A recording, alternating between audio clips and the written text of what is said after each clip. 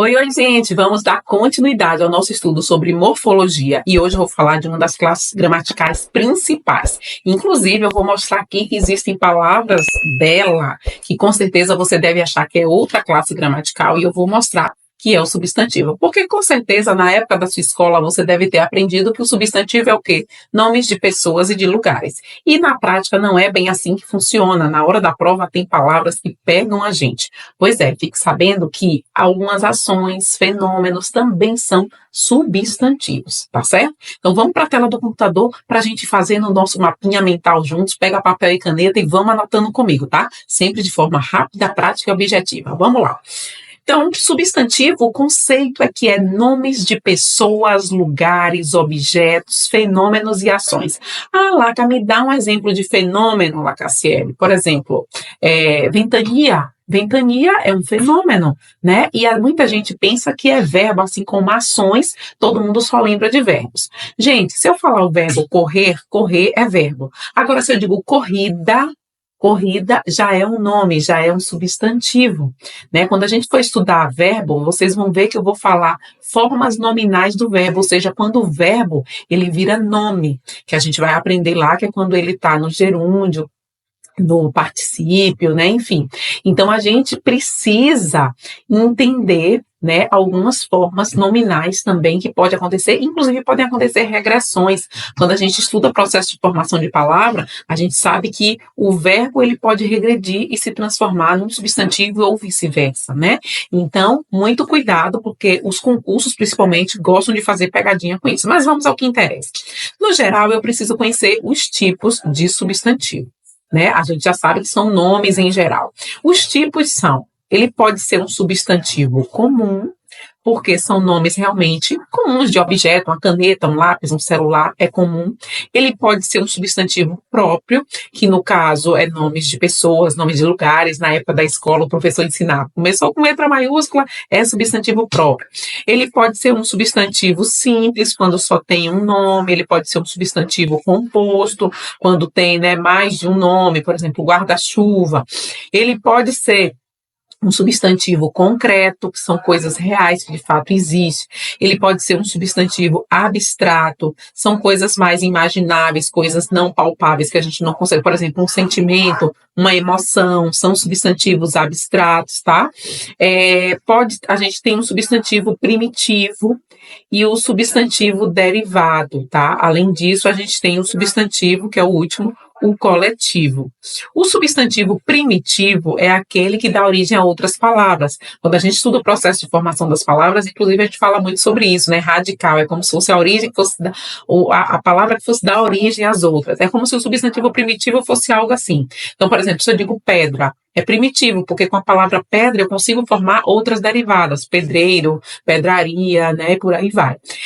Já o substantivo coletivo, a gente também estudou muito isso na época de escola, né? Vocês devem lembrar já desde pequenininhos aí. O substantivo coletivo se refere a um grupo, né? Então, é constelação, é de estrela, turma, é de alunos, né? Quadrilha, é de bandido, né? Então, isso são substantivos coletivos que a gente usa muito e às vezes as provas, acreditem, fazem pegadinhas com esses nomes. Além de eu saber os tipos de substantivo, eu tenho que lembrar que o substantivo, ele pode sofrer algumas flexões, flexões de gênero, que se refere a masculino e feminino, flexão de número, ou seja, ele pode estar no singular e no plural, e ele pode sofrer flexão de grau. Acredite, tem questão, inclusive, que cobra o grau aumentativo ou diminutivo de certos substantivos, acredite, né? Então, como é que fica, sei lá, azul no aumentativo, vai ser azulão, vai ser o quê? O que é que vai ser? Tá? Então, são palavras que os professores pegam, palavras às vezes difíceis, que a gente não sabe botar o aumentativo, o diminutivo, termininha, o termininha. Então, se as pessoas perceber que a banca examinadora que vai fazer o seu concurso, a sua prova, tá cobrando coisas muito minuciosas, se apega a esses detalhes, tá? Outra coisa importante que a gente tem que saber são os tipos relacionados a ele ser uniforme ou biforme, tá? Qual é isso? Lembra que o assunto anterior, a primeira parte de morfologia, foi artigos? Pois é, quando ele é uniforme, Ele, na verdade, é um substantivo que, para eu dar o gênero, eu não preciso especificar pelo artigo. Eu, por exemplo, a palavra professor, eu sei que para o homem é professor e eu sei que para a mulher é o quê? Professora. Então, ele é uniforme. Tá? Agora, o biforme é quando às vezes o substantivo muda, ou ele muda no final, ou ele muda pelo artigo, vocês vão entender na prática a diferença. Então, professor, professora, é masculino, é feminino, ele segue ali uma uniformidade. Então, em relação às flexões, a gente sabe que pode ser de gênero, de número ou de grau, mas o que a gente mais precisa ter cuidado em qualquer concurso, em qualquer prova, é em relação a isso aqui, ó, gente, ao gênero. Porque o substantivo, em relação ao gênero, ele pode ser biforme ou uniforme. Eu já deixei o esquema aqui montado para vocês fazerem um print de tela ou copiarem, que é o seguinte. O substantivo biforme, ele tem 2 termos para cada gênero. Por exemplo, eu coloquei aqui professor e professora. A gente entende que são nomes diferentes para cada gênero, por isso que é biforme. Agora, o uniforme é quando a gente tem um termo só, mas que pode se referir aos 2 gêneros, mas que de forma a gente diferencia isso.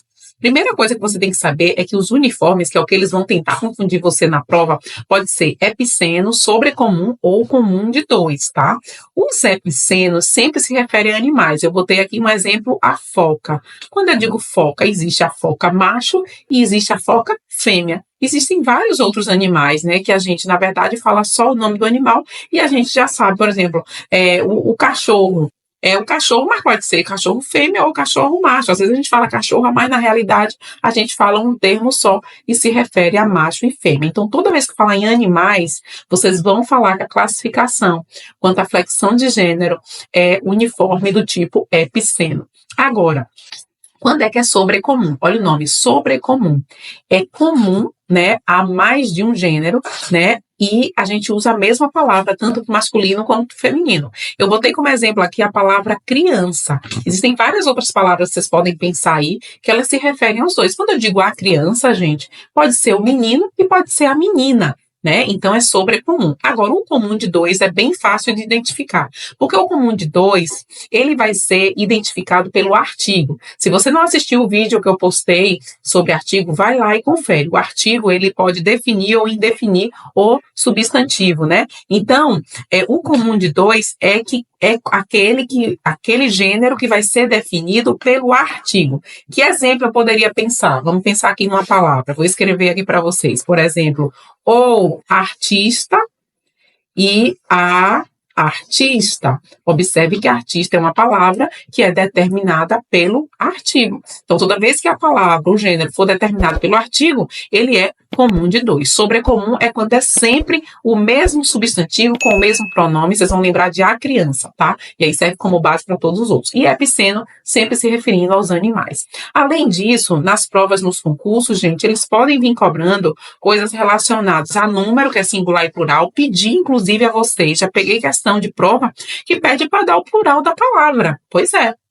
Né? Às vezes palavras que são substantivos, palavras que são adjetivos, eles adoram qual o plural da palavra tal, ou a frase tal no plural seria, aí você tem que ir botando cada classe gramatical que der para fazer essa flexão, vocês têm que colocar, né? E o grau aumentativo e diminutivo. Mas, no geral, o substantivo é somente esse conceito, tá bom? Espero que tenham curtido, comenta aí a sua dúvida e vamos para o próximo vídeo.